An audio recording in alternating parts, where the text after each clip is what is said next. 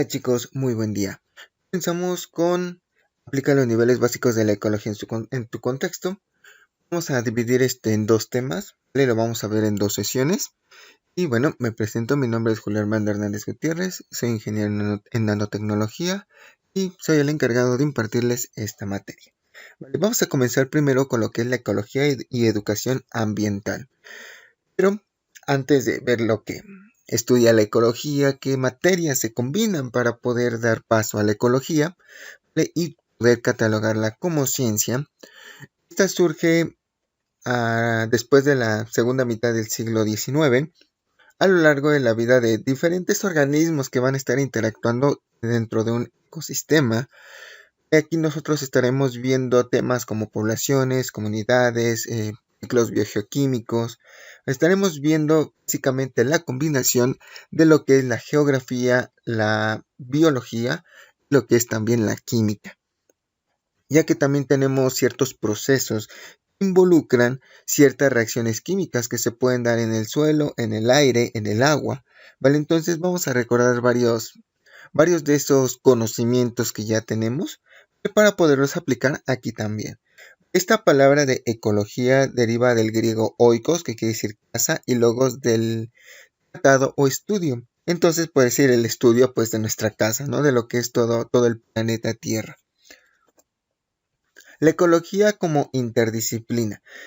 Recordemos que la palabra interdisciplina quiere decir que vamos a estar combinando otras materias, ¿vale? O que la ecología se va a estar involucrando en otras materias, ¿vale? Entonces, bueno, podemos incluir la ecología en las matemáticas, en la estadística, ¿vale? Cuando nosotros pues hacemos algún tipo de estudio, ¿vale? Para determinar ciertos números, la química, para poder pues, estudiar las concentraciones que se tienen, las reacciones que se llevan a cabo, ciertas transformaciones químicas que se dan en la parte del suelo, el subsuelo, la física, ya que la física recordemos que es el estudio de y poder explicar ciertos fenómenos que suceden pues en la naturaleza.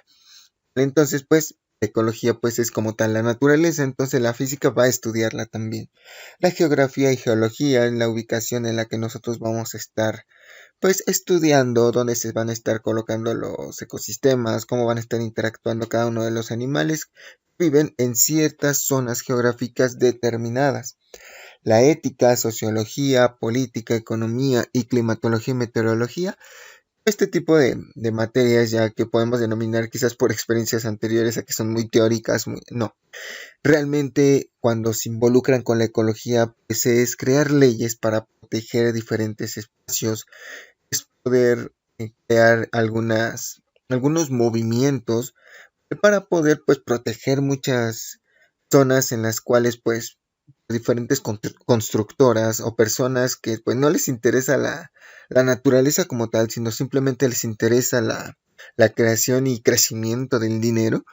Bueno, pues en este aspecto, eso hay leyes, hay ciertos movimientos que evitan este tipo de constructoras simplemente derriben a diestra y siniestra los ecosistemas que nos están rodeando, ¿vale? Y en caso de que lleguen a dañar algún hábitat de alguna cierta especie, tiene este tipo de leyes también los obliga a poder mm, reparar el daño en gran medida, ¿vale? Entonces, reubicando a las especies, o sea, es un camino muy, muy amplio, pues iremos desentrañando poco a poco. Los niveles de complejidad. Nosotros vamos a comenzar con el individuo, población y comunidad, ¿vale? Ya posteriormente vamos a verlo como lo vimos en la biología, de los 13 niveles, pero vamos a verlos por su nivel de complejidad. Primero comenzaremos con el individuo, ¿vale? Es cualquiera de nosotros, puede ser un humano, o digamos, hablando de los animales, puede ser algún perro, un gato, ¿vale? Hablando todo de manera unitaria, ¿vale? Eso es un individuo.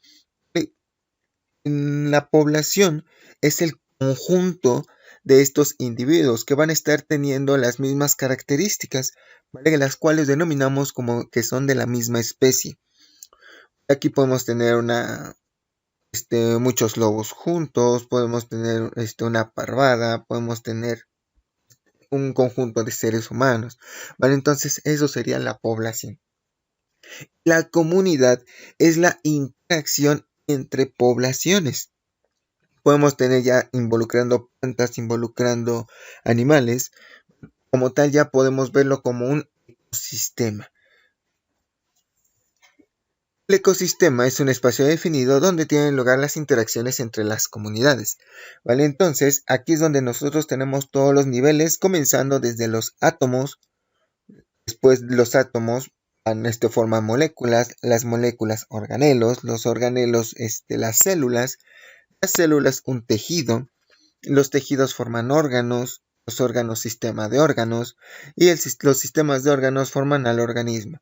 Y de ahí, a partir de aquí es donde comenzamos a ver qué es la población, comunidad, ecosistema y la ecosfera. En este caso sería nuestra biosfera. Realmente todo el planeta entero, la interacción entre ecosistemas lo consideraremos como nuestra biosfera. La ecología tiene diferentes formas de estudio. Primero tenemos la autoecología, que es la ecología de los individuos, las relaciones que tienen los diferentes organismos con el medio ambiente. La demoecología, la ecología de poblaciones, es como todos estos individuos de una misma especie viven en una determinada zona. Y la cinecología, que es la ecología de comunidades, es la totalidad de un hábitat, que abarca las relaciones tróficas, ciclos elementales y los flujos de energía. Todos estos temas nosotros los estaremos viendo de manera individual posteriormente, ¿vale? Pero como vemos, los individuos, las poblaciones y comunidades aquí lo toman como 3 escalas diferentes y cada una tiene su grado de complejidad en cuanto al estudio. Ahora pasaremos a la estructura del ambiente. Los factores ambientales podemos tener bióticos y abióticos. Los abióticos son aquellos que pues no están vivos, ¿vale? No están vivos, entonces pues aquí podemos denominar que es pues por parte de los energéticos la luz solar, de los climáticos temperatura, humedad, clima, atmósfera y presión, geográficos latitud, altitud, relieve y de sustratos, ya hablando de componentes químicos, agua, suelo, nutrientes, pH, salinidad, dióxido de carbono y oxígeno. Comenzaremos con la energía solar. Esto, bueno, pues nosotros ya podemos definirlo ya que lo hemos hablado desde anteriormente en geografía, en química. La energía solar es la proveniente del Sol, el calor que proviene del Sol, la radiación ultravioleta que proviene del Sol. Entonces, aquí podemos ver ya más a detalle cada uno de estos porcentajes en los que está compuesta la luz solar. La temperatura es qué tanto calor o qué tanto frío habrá en ciertas regiones del planeta. La temperatura nosotros la hemos estado definiendo desde química como el promedio de la energía cinética de las moléculas, de las partículas. Entonces, bueno, pero también nosotros la temperatura podemos medirla bajo ciertas escalas, grados Celsius, Fahrenheit y Kelvin. Mientras más grande es el número, sabemos que hace más calor, hay mayor energía cinética. Mientras más bajo sea el número de las escalas, pues hace menos calor, hace más frío y la energía cinética pues es menor. La humedad. La humedad es qué tanta agua hay en el ambiente. Una manera muy sencilla en la que nosotros podemos saber si un lugar es muy húmedo o no es qué tanto los registros del clima pueden decirnos si llueve la gran parte del año, si va a estar en sequía gran parte del año. Y aquí pues tenemos la selva húmeda, llueve la mayoría del año, está lloviendo. Lo que es el desierto es sumamente seco.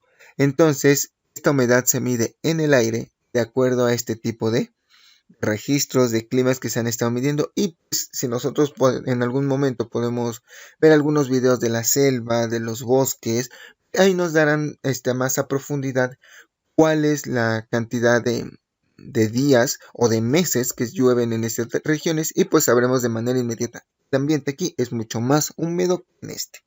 ¿Vale? Y podemos hacer nuestras propias comparaciones. El clima, bueno, es un elemento condicional en la vida en la Tierra y está constituido por lo que es la temperatura, presión atmosférica, vientos, precipitaciones, los cuales estos van a estar siendo modificados de acuerdo a la latitud, altitud y relieve. y qué tan distribuidos pues estén alrededor de la Tierra. Tenemos diferentes climas, es muy diferente los climas que se dan en el agua a los que se pueden dar en tierra. Entonces, bueno, el Sol tiene mucho que influir en este tipo de condiciones climatológicas y también lo que es la inclinación de la Tierra. Y como hemos visto en la parte de geografía, en el tema de las condiciones astronómicas de la Tierra, también la inclinación que tiene esta puede estar influyendo e influye también lo que son las estaciones del año, ¿vale? Y que bueno, en la parte de influir también es, bueno, puede variar las fechas en cuanto a la llegada de las estaciones del año. La atmósfera. La atmósfera sabemos que en su mayoría está compuesto por nitrógeno, por oxígeno, dióxido de carbono, también está compuesto por otros elementos, helio, metano, xenón, óxidos nitrosos, ozono, dióxido de azufre, el ozono, etc. La densidad del aire la muestra como 0.013%, de lo que es pues todo el planeta Tierra. Y bueno, la atmósfera es la encargada de nuestra capa protectora de lo que son las radiaciones solares, ¿vale? Ya que si no existiese la atmósfera, pues la vida en la Tierra no existiría realmente. La presión atmosférica es el peso que ejerce la atmósfera sobre nosotros, porque el área específica, bueno, es toda nuestra Tierra, pero en todos los lugares no es igual. También depende qué tan alto estemos con respecto al nivel del mar. ¿Vale? Los que estén al nivel del mar van a sentir una mayor presión dado que hay una mayor cantidad de aire por encima de ellos. Mientras que si están a 5.000, 6.000 pies, 6.000, 10.000 metros por encima del nivel del mar, depende de la escala a la que lo estemos viendo, bueno, pues se sentiría menos presión dado que hay menos cantidad de aire por encima de nosotros. Entonces la presión atmosférica va a estar difiriendo de acuerdo en la zona geográfica en la que nosotros estemos viviendo. Latitud y altitud. Se va a estar definiendo, ¿vale? Ya lo vimos por parte de la geografía, y es la posición en la que se va a encontrar un lugar viéndolo pues desde arriba, desde parte del globo terráqueo completamente. De aquí, si lo vemos a escala planetaria, no vamos a decir vivo en la calle tal, número tal, no. Ahí no se mide así, se mide en grados, en base a los meridianos y los paralelos. ¿Vale? Los meridianos son los que van de polo a polo y los paralelos son los que, como su nombre lo dice, son paralelos al ecuador. Entonces, estos, de acuerdo a los grados que tengan, pues no podemos estar ubicando lugares. De hecho, la tecnología GPS es así como se va a estar rigiendo para poder llegar a ciertos lugares. Se mide en grados. Si nosotros nos dan una localización en grados y lo colocamos en Google GPS, Google Maps, bueno, pues vamos a encontrar el lugar de manera directa, de una manera mucho más sencilla. El relieve es la condición, la combinación entre temperatura, humedad y clima de un cierto lugar y pues limita la existencia de ciertos seres vivos en las regiones. Bueno, tenemos relieves montañosos, tienen varias condiciones que propician el desarrollo de una gran diversidad biológica. De acuerdo al lugar, pues no podemos tener un león viviendo en la selva, porque pues no está acostumbrado a ese. Su hábitat pues es la estepa o la sabana. No podemos tener, digamos, un camello en una selva húmeda. O por ejemplo, un guacamayo de selva húmeda, tenerlo en el desierto. Realmente morirían porque no son las condiciones de relieve en las cuales están acostumbrados a vivir, dado que ahí fue donde se desarrollaron. El agua y el suelo es muy importante, dado que, bueno, si nosotros comparamos en lo que es el desierto con la selva húmeda, en la selva húmeda el suelo es mucho más rico en nutrientes y por lo tanto tiene mucha más agua en él, a comparación del desierto. El desierto es muy seco, ¿vale? Pero las plantas que existen como los cactus, los nopales y ciertas plantas más que hay en el desierto, bueno, pues estas se desarrollaron en ese entorno y pudieron adaptarse a esas condiciones para poder sobrevivir. La diferencia pues de lo que es la selva húmeda, ya que ahí son ricos en nutrientes y pues también se desarrollaron, porque también agua en exceso también puede llegar a matar a las plantas, puede llegar a ahogarlas. Entonces, si nosotros cambiásemos un cactus, lo mandamos a la selva húmeda y, por ejemplo, un árbol de la selva húmeda lo mandamos al desierto, ambos mueren. El cactus se ahoga porque no está acostumbrado a tanta agua y el árbol se muere porque él está acostumbrado a abundante agua. Entonces, bueno, vemos que la naturaleza es muy, muy hermosa, dado que ella puede colocar aquí a cada una de las especies, tanto de plantas como de animales, en su lugar y poderlos ayudar a poder adaptarse a cada una de las condiciones del lugar en donde estén viviendo. Los nutrientes y dióxido de carbono y oxígeno. Bueno, los nutrientes los vamos a tener principalmente en lo que son los suelos, en diferentes sales, diferentes concentraciones. Principalmente tenemos nitratos, tenemos fosfatos, de que son los principales que van a estar dando nutrientes a lo que son las plantas. Y bueno, las plantas nutren a los animales y los animales a nosotros y así sucesivamente. Ya vamos creando, vamos abriendo paso a lo que son las cadenas tróficas, también conocidas como cadenas alimenticias. El dióxido de carbono y el oxígeno, esto va a ir depende a qué tan buena sea la fotosíntesis y la respiración celular aerobia, ¿vale? Que se dé en ciertos lugares. Tenemos, por ejemplo, el plancton, las algas, en algunos ecosistemas marinos, ¿vale? Tenemos la selva amazónica, que es también la encargada de poder cambiar el dióxido de carbono por oxígeno. Ahora tenemos el pH y la salinidad. El pH, recordemos por la parte de química que el agua es neutra porque tiene un pH de 7. Si es menor a 7 es un ambiente ácido y si es mayor a 7 es un ambiente alcalino. El pH influye muchísimo en la forma de vida de diferentes plantas, principalmente, ya que ellas son las que están pegadas al suelo, las que van a estar recibiendo las diferentes sustancias líquidas que se derramen en ciertos lugares. Entonces, bueno, esto nos va a estar definiendo a nosotros como los factores abióticos. Ahora, tenemos factores bióticos, los cuales no van a existir como tal organismos aislados, todos van a estar interactuando de una cierta manera. Pueden estar sirviendo de alimento o pueden estarse alimentando de otros animales. Entonces, bueno, aquí es como les mencionaba, ya encontramos como la base de nuestra relación alimenticia, nuestra relación trófica con los diferentes organismos autótrofos o heterótrofos, ¿vale? Recordemos, autótrofos producen su propio alimento, los cuales son las plantas, ¿vale? Toda la flora. Los heterótrofos son aquellos que se alimentan de otros animales. Entonces, vamos a dar inicio y aquí vamos a tener productores y consumidores. Los productores son llamados autótrofos, lo cuales serían todas las plantas, las que pueden darnos frutos, pueden darnos a los animales principalmente, ya que pues son quienes más lo consumen, pueden darles pues su sustento alimenticio. A nosotros también, pero solo ciertas plantas, porque no comemos todas, porque muchas son venenosas para nosotros, ¿vale? Pero ellos pues se encargan de producir, ¿vale? Por ello se le llama productores. Los consumidores son los heterótrofos, los que se alimentan de ellos o de los productos que ellos van a estar produciendo.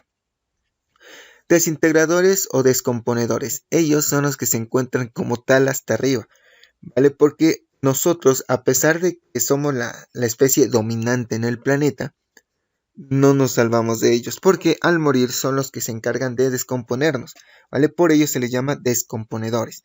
Son pequeños vertebrados, hongos, bacterias, ¿vale? Los famosos gusanos, después ellos están el dicho de, al final nos van a comer los gusanos, ¿vale? Pues se están refiriendo a los desintegradores. Ellos se encargan de descomponer nuestra materia orgánica de los animales, de muchas plantas que mueren, para poder convertirlo en sales, en nutrientes que van a estar nutriendo a lo que es el suelo y de ahí las plantas, las nuevas plantas, los retoños de las anteriores van a estar alimentándose, ¿vale? Y esto es muy muy importante ya que aquí nosotros ayudamos a complementar el ciclo, ¿vale?, de la materia en el ambiente. Y bueno, si no existieran los descomponedores desde miles y miles de años, estuviéramos saturados de cadáveres. Entonces, ya literalmente no estaríamos en este momento, realmente. Estaríamos ya extinguidos hace muchísimo tiempo. Entonces, bueno, esto complementa un ciclo porque así como nosotros nos alimentamos de todos los consumidores, ¿vale? Somos los consumidores más que están más arriba en la cadena alimenticia, en la cadena trófica.